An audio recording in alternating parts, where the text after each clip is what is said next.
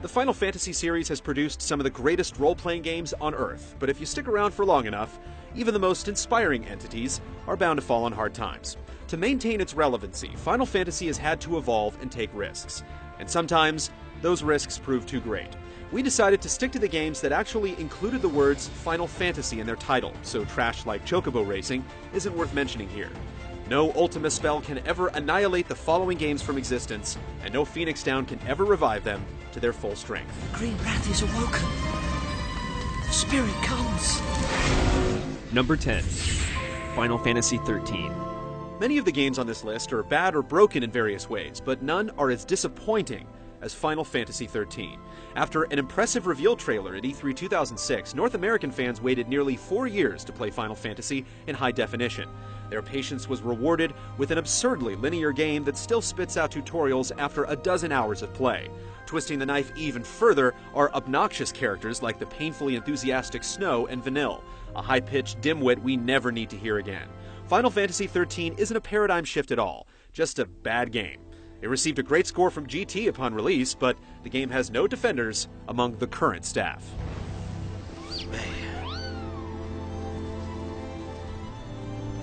Chocobo, we just can't catch a break, can we? Number 9. Final Fantasy Crystal Chronicles: Echoes of Time. Final Fantasy Crystal Chronicles Echoes of Time has a fatal flaw. The AI possesses a stupidity so pure it cannot exist in the real world. Computer-controlled companions don't help with puzzles, they don't follow the player, and they don't know falling can kill them. Objectives are forgotten, replaced by infinite suicide.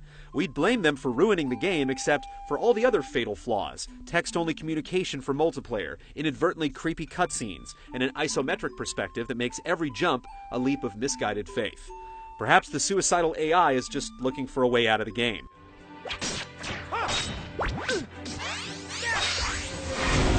Number 8. Final Fantasy Mystic Quest. In 1992, Square feared the Final Fantasy series might be too difficult for Western audiences, so they released Mystic Quest, which was exclusive to the US and Europe for almost a full year. The game's soundtrack is the only thing worth salvaging from the experience.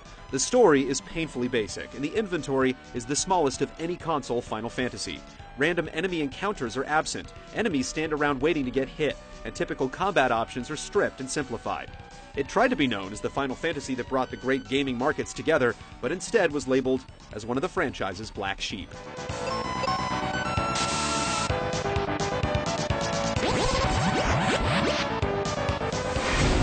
Number 7.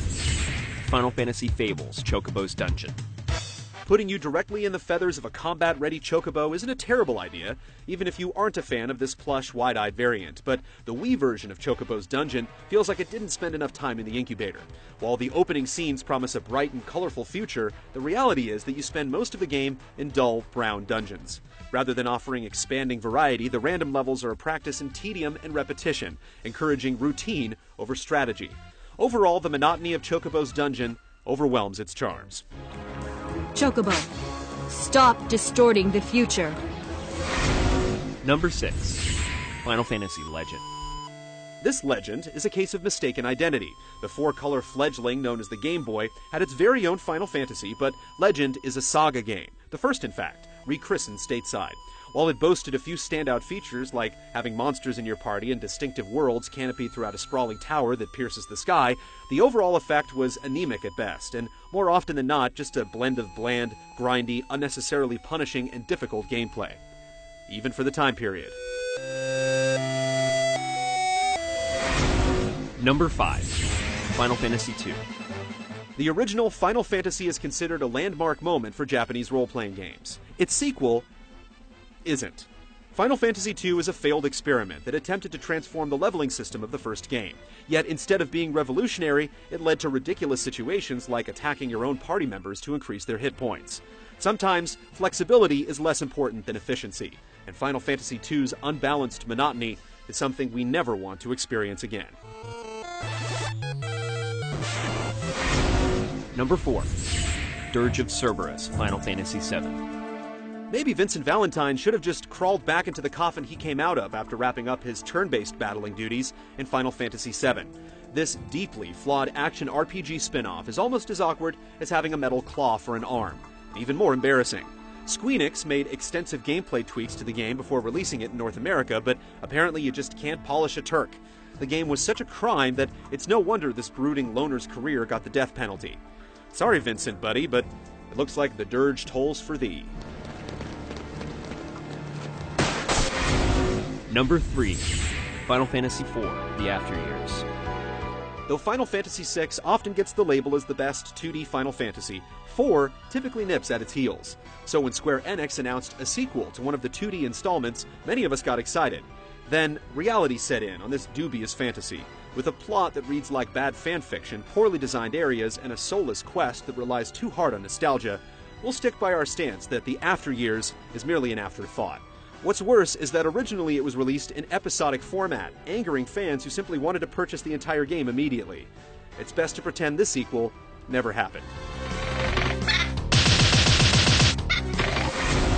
Number 2. Final Fantasy XIV.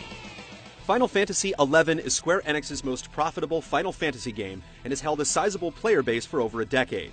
Next to maybe WoW and EverQuest, it's arguably one of the most successful MMOs of all time. So, when Final Fantasy XIV arrived on the scene, we had high hopes for XI's successor.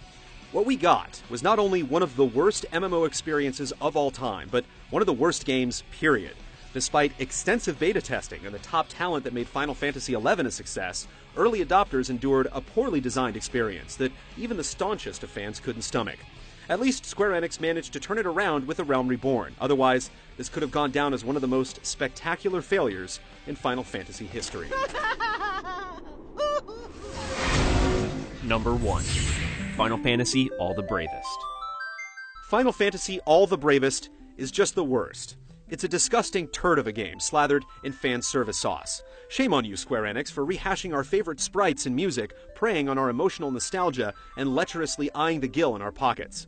All the Bravest isn't a game, it's an app designed to extract all the money possible from Final Fantasy fans who own Apple products. You like Cloud? You can try to buy him, maybe. You never know because all character purchases are random. You'll probably end up with a dumb pig from Final Fantasy IV. Beyond being dazzled by some epileptic flashing lights disguised as gameplay, and being required to furiously flap our fingers over the screen like a drunken guitar player, All the Bravest is really just a lobotomized experience that tugs at memories reflected in our favorite Final Fantasy characters. Don't tarnish those memories, Square. They may be all some of us have left.